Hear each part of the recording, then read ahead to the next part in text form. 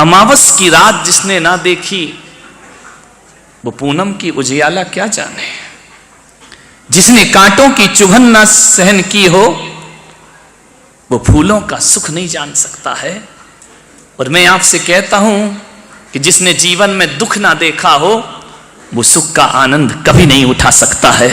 सुख का आनंद उठाना है तो दुख से गुजरना ही पड़ता है। यदि अमावस की रात का अपना आनंद है और पूनम की रात का अपना आनंद हुआ करता है, और कभी कभी सुख का अपना आनंद है तो दुख का भी एक अपना आनंद हुआ करता है। दुख जीवन में जरूर होते हैं, दुख थोड़े बहुत होना भी चाहिए। दुख से घबराओ नहीं मेरे साथी, ये जीवन में मानव का श्रृंगार है। दुख में ही तो आदमी आदमी बनता है। अच्छे बुरे दिन दोनों आएंगे, बुरे के लिए तैयार रहो। आज अच्छे होंगे, अच्छी बात है, आशीर्वाद है। बुरे दिन भी आएंगे, उनके लिए आदमी को तैयार रहना चाहिए। सब दिन होत ना एक समान। एक ग्रस्त के जीवन में कितने दुख आते हैं। जवान बेटे की मौत हो जाती है, पिता के कंधों पर अर्थी जाती है उसकी। कितना बड़ा दुख है ये। व्यापार फेल हो जाता है, आदमी ऊंचाइयों की सफलता तक पहुंचता है और बीच में ही हार जाता है, लौट आता है। कभी कभी बनते हुए काम बिगड़ जाते। आदमी की जिंदगी में सब चलता है। मान्यवर ज्ञान गंगा महोत्सव का आज समापन दिवस है, और मैंने पहले ही दिन कहा था कि ज्ञान की गंगा वो गंगा है जब निकलती है तो पतली लकीर से निकलती है, लेकिन जब कलकत्ते में पहुंचती है तो गंगा सागर में परिवर्तित हो जाया करती है। और आज यह ज्ञान की गंगा गंगा सागर का रूप ले रही। कितने लोगों की उपस्थिति है, ये गंगा सागर बन गई है। शुरुआत पतले से लकीर से होती है, समापन सागर से हुआ करता है। हजार दुख है आदमी के जीवन में। सफलता मिलती है, समृद्धि मिलती है तो आदमी कहता है खुशकिस्मत आदमी है। असफल हो जाए, समृद्धि ना रहे, विफल हो जाए, कहते हैं वो बदकिस्मत आदमी है। ध्यान रखना, खुशकिस्मत दुनिया में सभी नहीं होते मेरे भाई। आप खुशकिस्मत हो सकते हैं, 2 4 10 खुशकिस्मत हो सकते हैं, हर कोई दुनिया में खुशकिस्मत नहीं हुआ करता है। इसलिए मैं आपसे निवेदन कर रहा हूं, जो खुशकिस्मत नहीं है, बदकिस्मत हैं,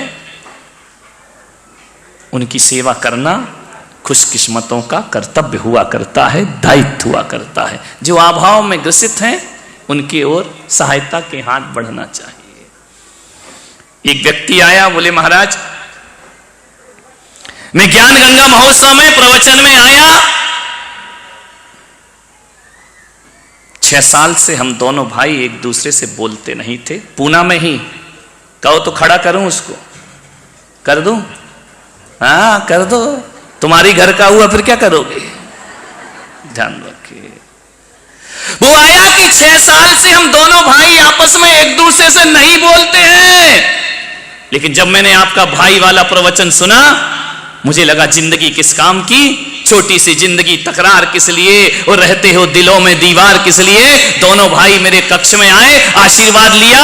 मैं इनका आशीर्वाद मत लो, गले मिल जाओ, वही मेरा प्रवचन सार्थक और सफल हो जाएगा। दोनों भाइयों ने गले मिलकर के दोस्ती का आगाज शुरू, सफल हो गया मेरा प्रवचन करना। ध्यान रखिए। एक लड़की आई, बोले महाराज विगत 7 साल से आपको ढूंढ रही हूं मैंने कहा मैं कहां खोया था। बोले 7 साल से मैं आपको ढूंढ रही हूं, मैं जिंदगी से निराश हो गई थी, हताश हो गई थी, मैं आत्महत्या करने के लिए जा रही थी। क्या हुआ? बोले असफलताएं मेरे जीवन में बहुत थी, लेकिन एक दिन मैं बाजार से निकली, मैंने जिंदगी की लीला समाप्त करना चाही कि मैं अब जीकर क्या करूंगी। और मैं एक दुकान पर गई, वहां टीवी लगा हुआ था और टीवी में आपका प्रवचन चल रहा था। मैं सामान खरीदना भूल गई और 2 मिनट खड़े होकर टीवी देखने लगी। और जैसे ही टीवी मैंने देखी तो उस टीवी पर आपने कहा कि मनुष्य जन्म मिला है, ये व्यर्थ में गंवाने को प्राप्त नहीं हुआ है। एक बात याद रखना, सुख और दुख तो जिंदगी में आते ही रहते हैं। अरे सुख और दुख तो जीवन में आएंगे, दुख भी आएगा सुख भी आएगा। अरे आज दुख है कल सुख आएगा। लेकिन आपका एक सेंटेंस मैंने सुना, इन सुख और दुख को जीने के लिए सबसे ज्यादा महत्वपूर्ण जीवन हुआ करता है। यदि जीवन ही नहीं होगा तो सुख कहां से आएगा और दुख कहां से। बस उसी दिन मैंने निर्णय लिया कि आत्महत्या नहीं करूंगी। 7 साल से इंतजार कर रही हूं, लेकिन जैसे ही मैंने रास्ते में होर्डिंग देखा, अरे मैं देख करके अचंभित रह गई। ये तो वही संत हैं जिनका मैंने एक सेंटेंस प्रवचन का सुना था। वो मेरे पास आई, उसने आशीर्वाद लिया और साहित्य लेकर के स्टॉल से गई कि मेरी जिंदगी की असली कोई संपदा है तो महाराज आपकी ये किताबें संपदा है जो जीवन का सूत्र दिया करती हैं। मान्यवर, बहुत लोगों में परिवर्तन हुआ है, प्रेम भावना बढ़ी है। अभी कुछ लोग मुझे बता रहे थे कि महाराज इतने दिन से हम पुणे में हैं, हमको कई लोग आज तक हम नहीं पहचानते हैं, लेकिन इस चातुर्मास से पता चला कि पूना में इतने जैन भी रहा करते हैं जिन्हें हम आज तक जानते नहीं। ये ज्ञान गंगा महोत्सव की सफलता है, ध्यान रखिए। ना जाने किस किस को क्या मिला। एक दिल्ली में मेरा चातुर्मास हुआ, एक व्यक्ति बिल्कुल गरीब, कार्यक्रम हुआ, आयोजन हुआ, मुझे पता लगा आयोजक लोग लेकर के आए और एक बिल्कुल गरीब साधारण से व्यक्ति से उन्होंने मेरी सभा का दीप प्रज्वलन कराया। सारे लोग देखकर रह गए, आदमी कौन है। मैं भी देखकर रह गया कि दीप प्रज्वलन कर रहा है, कपड़े से तो साधारण लगता है। जब उससे पूछा गया कि तुम कौन हो, तो समाज के अध्यक्ष ने मुझे बताया कि महाराज ये आपका टीवी से भक्त बना है, ये आपका प्रवचन से भक्त बना है और दिल्ली की सड़कों पे रिक्शा चलाया करता है। इनका रिक्शा चलाने वाले से दीप प्रज्वलन। बोले महाराज इसलिए कि रिक्शा चलाता है, लेकिन ये वो आदमी है। उस आदमी से मैंने खुद पूछा कि तुम अपनी जुबान से बताओ। बोले महाराज मैं दिन भर में क्या कमाता हूँगा, 100, 500, 1000 रुपये कमाता हूँगा। मैं बहुत गरीब आदमी हूँ, लेकिन एक दिन मैंने आपकी किताब पढ़ी, पुस्तक पढ़ी। इतनी अच्छी वो किताब और इतनी अच्छी वो पुस्तक मुझे लगी, मैंने उस दिन से संकल्प ले लिया। ध्यान रखना, एक गरीब आदमी, और मैंने अपने महीने की आय में से 2100 रुपये आपको पता नहीं है, और ट्रस्ट को मैं हर महीने पहुंचाया करता हूं।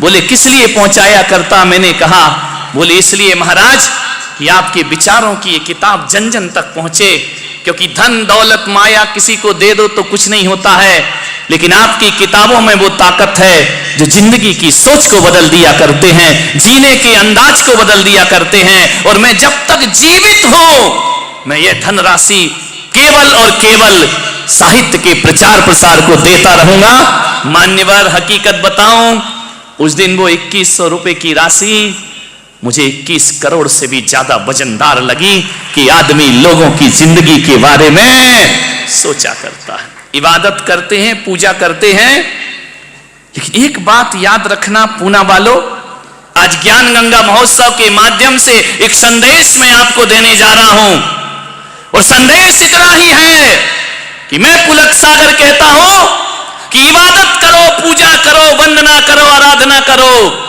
लेकिन जहां तक मेरी सोच है कि माला फेरने वाले जो हाथ हुआ करते हैं, धर्म की पोथी पकड़ने वाले हाथ हुआ करते हैं, लोग कहते हैं वो बड़े पवित्र हाथ हुआ करते हैं। मैं पुलक सागर कहता हूं यदि माला फेरने वाले हाथ पवित्र हैं तो मदद करने वाले हाथ उससे भी ज्यादा पवित्र हुआ करते हैं। सेवा करने वाले हाथ माला से ज्यादा पवित्र हुआ करते। मदद करो, लोगों की सहायता करो, मान्यवर, उससे ज्यादा पवित्र होते हैं।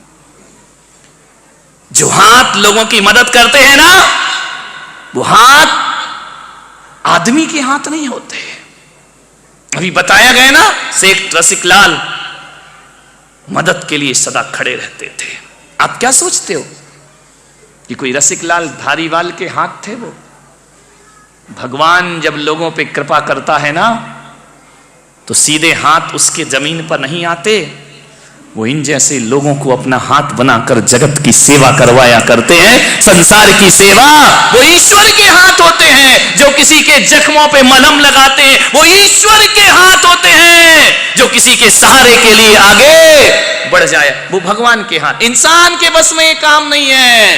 ये तो कोई देवत देवता जैसा पुरुष ही मानव सेवा का काम इस जगत में कर सकता है। ध्यान रखना। मान्य मनुष्य स्वयं एक मंदिर है। एक बात स्मरण में रखना, मनुष्य स्वयं एक मंदिर है और ये धरती तीर्थ स्थान है। और जो मनुष्य ईश्वर की आराधना करता है, एक बात याद रखना, मानव की सेवा सबसे बड़ी ईश्वर की आराधना हुआ करती है। इससे बड़ी ईश्वर की कोई पूजा नहीं हो। इंसान हो, इंसान बनो। इंसान इंसान के काम ना आएगा तो क्या करोगे आप? अश्क में भीगी हुई मुस्कान का हम क्या करेंगे? छल फरेबों में मिले सम्मान का हम क्या करेंगे?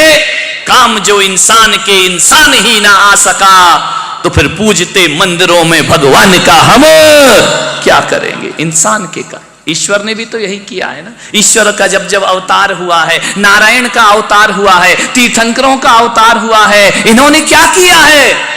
जगत की सेवा, जगत का कल्याण, जगत का भला किया है। ये ईश्वर की सबसे बड़ी आज्ञा और आराधना हुआ करती है। मैं आज इस मंच से उन लोगों को बड़े सम्मान के साथ याद करता हूं। रोटरी क्लब मानव सेवा के लिए बहुत कुछ काम किया करता है। महावीर इंटरनेशनल मानव सेवा के कार्य कर रहे हैं। ध्यान रखें, जी तो मानव सेवा का कार्य कर रहा है। और मेरे भी निर्देशन में पुलक मंच परिवार मानव सेवा के लिए पूरा जीवन समर्पित करके जी रहा है। ध्यान रखें, मेरा एक भक्त है जोधपुर में, राजस्थान में, जाति का ब्राह्मण है, राजू व्यास उसका नाम है, हेडमास्टर है स्कूल में, उसकी पत्नी नर्स है। उसने मुझसे मंत्र दीक्षा ली है। जानते हो, आपको विश्वास नहीं होगा, उस आदमी ने मेरे से प्रेरणा लेकर के एक एम्बुलेंस तैयार की। कोई ड्राइवर नहीं रखा है, खुद चलाता है, मरीजों को फ्री अस्पताल ले जाता है, फ्री उनके घर पहुंचाता है। और ऐसा ही नहीं कि केवल अस्पताल ले जाना, जितनी बार अस्पताल में डॉक्टर बुलाता है वो वात्सल्य धारा के नाम से वह एम्बुलेंस लेकर के उनकी सेवा करता है। ऐसे ही उसने एक शव वाहिनी बनाई है। किसी के घर में मौत हो जाए, उसके यहां की शव यात्रा वो अपनी शव वाहिनी में कराया करता है। मान्यवर, उसने भूखों को भोजन देने का काम किया है। मान्यवर, बहुत से प्रकल्प चल रहे हैं पुलक मंच परिवार की तरफ से मानव से। आज भी दिल्ली में 1000 लोगों को पुलक मंच परिवार निशुल्क भोजन कराया करता है। ध्यान, भूखे लोगों को जिनके पास भोजन नहीं हुआ करता है। ध्यान रखिए, मानव सेवा करिए। जिन्होंने दुख नहीं देखा वो दूसरों के दर्द को नहीं बांट सकता है जीवन में। इसलिए भगवान जिंदगी में थोड़ा थोड़ा दुख भी प्रदान किया करता है। एक मां थी, बहुत गरीब, निर्धन थी, कुछ नहीं था उसके पास। उसका एक बेटा था। वह मां हमेशा दुखी रहती थी कि मैंने तो अपनी जिंदगी गुजार ली, इस बेटे का क्या होगा? इसका तो अभी जीवन शुरू हो रहा है। बड़ी दुखी थी। एक दिन उसने अपने बेटे से कहा कि बेटा, एक काम कर कि जंगल में, तपोवन में एक पहुंचे हुए संत आए हैं,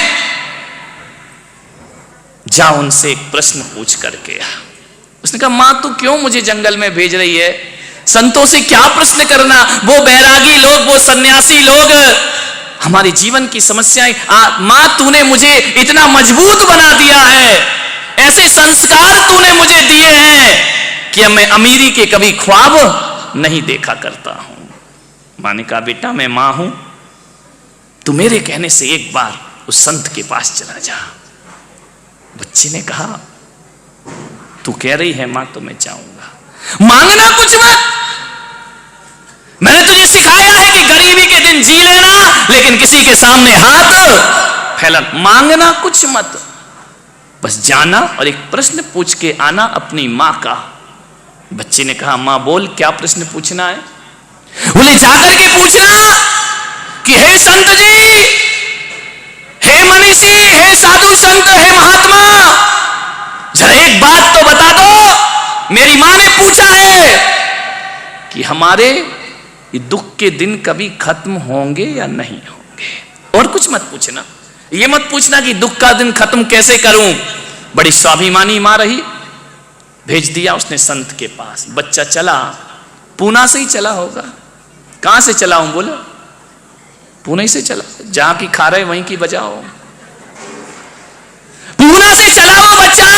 पहले का जमाना था, पुराना जमाना था, गाड़ियां नहीं थी। और गाड़ियां थी तो गरीब के नसीब में गाड़ियां कहां होती? वह तो पैदल ही जाएगा, पैदल ही पैदल जा रहा था, चला जा रहा था, चला जा रहा था। मां की एक सौगात लिए चला जा रहा था। एक प्रश्न संत से पूछ करके आना है। बहुत दूर जंगल था, चला गया जंगल में। शाम होने लगी, रात घिरने लगी। गोधूली की बेला, पशु घर वापिस आ रहे हैं, वो पैदल जा रहा है। एक सेठानी के घर वो पहुंचा। सेठानी से कहा कि सेठानी, तुम्हारा इतना बड़ा मकान है, इतनी बड़ी हवेली है, मैं पैदल किसी संत के पास जा रहा हूं, क्या आज की रात तुम्हारे घर के बरामदे में गुजार सकता हूं? सेठानी बड़ी दयालु थी, धार्मिक प्रवृत्ति की थी। उसने कहा, बेटा रात गुजारो, आओ विश्राम करो, रहो यहां आराम से। बोले, रहना नहीं है, रात गुजारना है। सेठानी ने कहा, सो जाओ। उसका रात में विश्राम कराया। सुबह जाने लगा तो सेठानी ने पूछा कि बेटा तुम ये तो बताओ, तुम जा कहां रहे हो?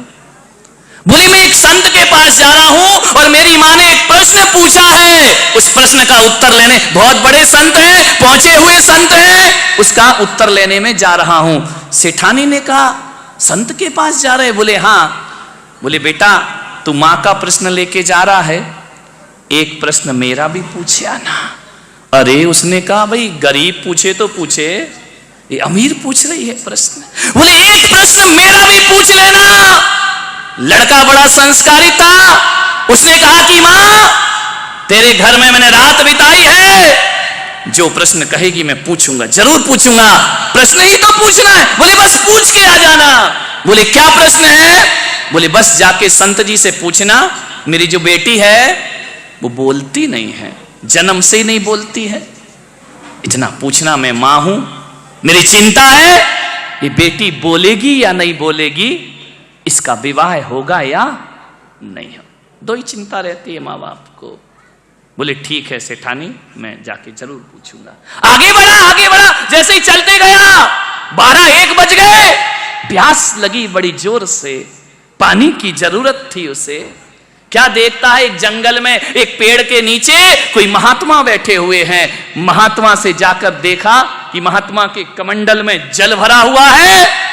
उसने महात्मा से कहा कि संत जी 2 अंजलि पानी पिला दो, मुझे बहुत प्यास लगी है। संत हृदय था, बोले, लो बच्चे पानी पियो, मैं तुम्हें प्यास बुझाता हूं तुम्हारी, लेकिन एक बात तो बताओ बेटा, तुमको मैंने पहली बार देखा है, तुम जा कहां रहे हो? बोले, एक बहुत पहुंचे हुए महायोगी आए हैं, मेरी मां ने भेजा है कि जाके उनसे एक प्रश्न पूछ के। अरे उसने कहा, एक काम कर बेटा, एक प्रश्न, हाँ ये तो दुनिया में लाइन लगी है, क्या करोगे प्रश्नों की, हर जगह जहां चले जाओ वहीं कोई ना कोई प्रश्न। समस्या सब जगह है जीवन में, चाहे कहीं भी जाओ। उसने कहा, बाबा जी तुमको क्या समस्या है? बोले, बस मेरा एक प्रश्न पूछ लेना कि 25 साल से साधना कर रहा हूं, मुझे ज्ञान की प्राप्ति क्यों नहीं होती है, जाके पूछ लेना। उसने कहा, भाई कितने गम हैं इस दुनिया में, ग्रस्त को गम हो तो हो, साधु संतों को भी दुख लगा हुआ। आगे बढ़ा, प्यास के बाद अब क्या लगेगी? हाँ सुरेंद्र कुमार जी, ऐसा लग रहा है तुम ही जा रहे थे। बोले, अब भूख लगेगी। आगे बढ़ा, बढ़ते गया। दोपहर हो गई, 3 बज गए। बड़ी जोरों से उसे भूख लगी। रास्ते में एक किसान था, हल चला रहा था। उसकी पत्नी कपड़े में बांध करके रोटी और भाजी लेकर के आती है, सब्जी लेकर के आती है अपने पति के लिए। इसे भूख लगी थी, ये टकटकी लगाए देख रहा था। किसान ने कहा, क्यों रे, भूखा है क्या? बोली, हाँ, ले रोटी खा। ध्यान रखना, क्या जमाना था पहले का कि कोई भूखा होता था तो अपनी थाली का भोजन उसको दे दिया करते थे। संत एकनाथ जी महाराज भोजन करने के लिए बैठे, हाथ पैर का मुख का आचमन किया, ध्यान लगाकर बैठे। भोजन की थाली सामने रखी है, और भोजन की थाली रख के आंख बंद करके प्रभु का ध्यान कर रहे। आंख खोली तो क्या देखते हैं संत एकनाथ? कुत्ता रोटी लेकर के भाग गया। संत ने आंखें खोली, थाली खाली, रोटी गायब। अरे, उनने कहा, कहां गई मेरी रोटी? मैं तो परमात्मा का ध्यान कर रहा था और वो कुत्ता रोटी लेकर के। संत एकनाथ उठे, घी की कटोरी लेकर पीछे जा रहे। हे प्रभु रुको, हे नारायण रुको, ठहर जाओ, कुत्ता तेज भाग रहा है। संत पीछे कटोरी लेकर के भाग रहे। अंत में कुत्ते को पकड़ लिया, रोटी मुंह में है। संत एकनाथ, लोगों ने कहा, कैसा संत है, कुत्ते से रोटी छुड़ाने को भाग रहा है। पीछे गए, जाकर के हाथ जोड़ा उस कुत्ते के, हे नारायण। बोले, क्या हुआ? लोगों ने कहा, ये कर क्या रहे हैं संत एकनाथ? कहा, हे नारायण, हे प्रभु, ये रूखी रोटी क्यों ले जा रहे हो?